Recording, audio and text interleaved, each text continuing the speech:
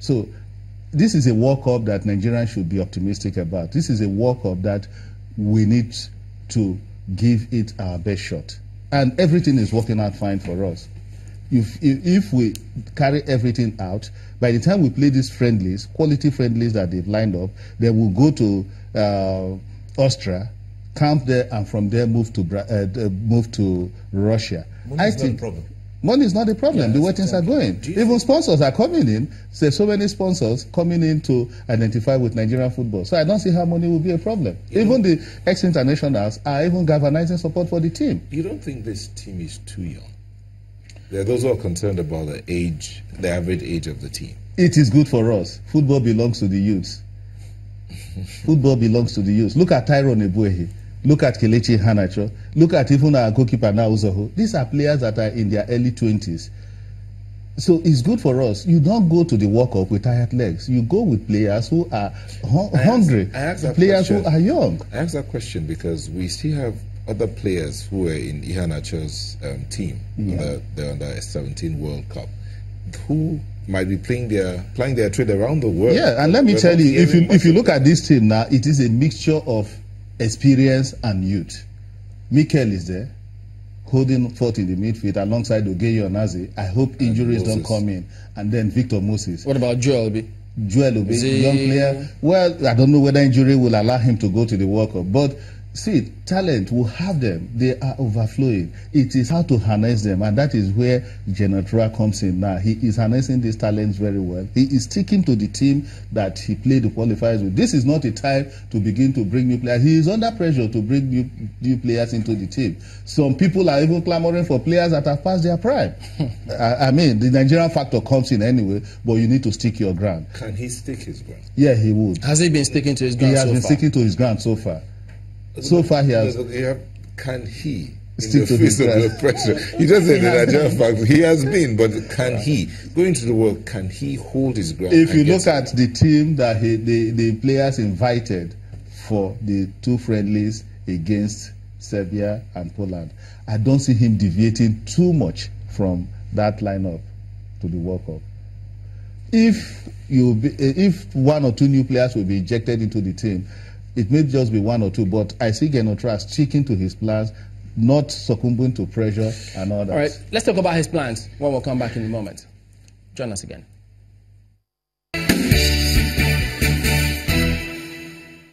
The optimism is really high.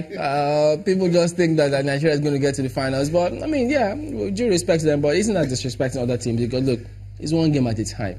Or else we end up putting unnecessary pressure on the Super Eagles, and it's a very young team at that.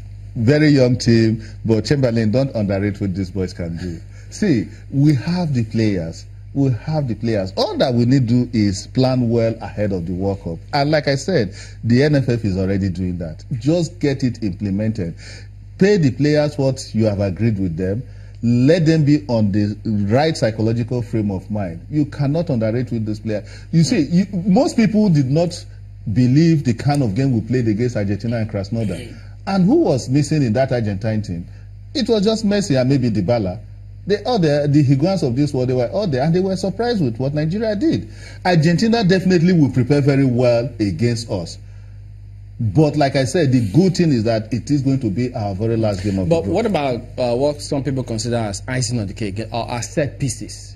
Do we have who we can rely as on specialists, give us those fantastic free kick from nowhere to convert half chances? Do we have such people? That is where creativity comes in, and that is where youth development. See, you don't buy those things overnight. If you look at... Are we training for those kind of things? We need to train for those things. But like the truth is that when it comes to little technicalities like that, Nigeria is not up there yet. If you look at the game between Tottenham and Juventus, for instance, that is where technique the mentality was that we saw it. Exactly. I asked why. Because you see all these players play in different teams where they have set trainings for set pieces and all that. So how is that when they come together, they tend to lose that training they got in the other place? Well, that is where the coaching comes in now. I'm sure that our coach, Genotra, would look at the flaws of this team, try to perfect them. Apart from set pieces, you look at our defense, who have challenges in that area. The finishing, yes, I agree with you. So all these are areas that he needs to work on ahead of the World Cup. And this is where these friendlies that we're talking about come now, into play. the coach, Gernot Rohr, do you think that he's a coach that has more than 1, 2, 3 tactics, reading a game, interpreting techniques in a game to see if we're playing a team, particularly it's not going well, tweaks his system, and we're flexible at that? Is it that kind of coach? He is. And I think the Soccer Federation did their research very well before bringing him here. And it's working out. You know, the president himself, Amaju, was really under pressure when he wanted to go for Gernot Rohr, but he knew what he wanted and how to get the result, because Amaju was really under pressure. One, that Nigeria must qualify for the World Cup. He was condemned to taking Nigeria to the World Cup, and he brought a coach, even when he didn't know how to pay the coach. But he insisted on getting a technical advisor that will be able to take the Eagles to the World Cup. You know, when we play South Africa, yes. Yeah, when we qualify. Now that we have qualified. When we play South Africa, yes, and lost here 2-0, I think a lot of people took things for granted at the time. The coach looked confused on the sidelines.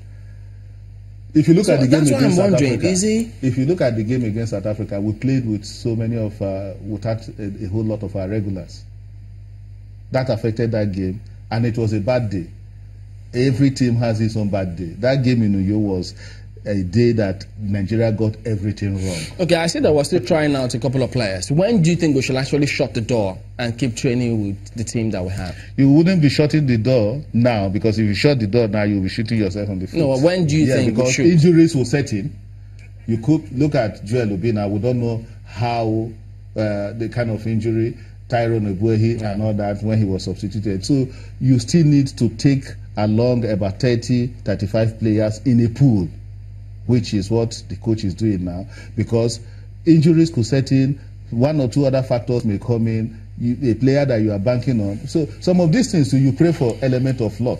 Okay, so looking at our team now, you said they're young, they're vibrant, and how well do you think that they will progress into, say, just say you believe we'll get to the finals. I don't want to get the first game. But if we have to look at the usefulness of the team, what would you be saying?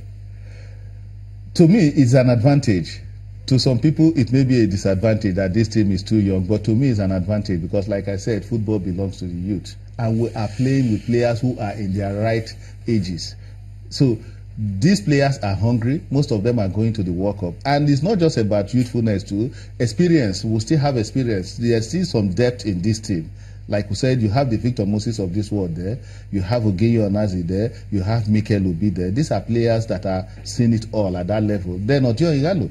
And who says we'll maybe even be going with Brian Ideye, depending on the option of the coach. So we have some experienced players combined with youth, and at the end of the day, I think this blend will give us results. All right, it will be interesting to see how the Super Eagles play. Of course, we always support and wish them the best, and being realistic at the same time. Judge Alu, thank you for coming on this. Be optimistic, Chamberlain. We'll get it right in Russia. Realistically optimistic, yes. Of course, I'll be. Well, there you go. That's the program today. Thank you all for watching. We'll see you tomorrow. I'm Chamberlain Uso. I'm Jimba Umar. I'm Neota Igbe. Thank you. I'm Maokbe Ogun Yusuf. Thank you for watching, everybody. I'm Ajuri Ingilale.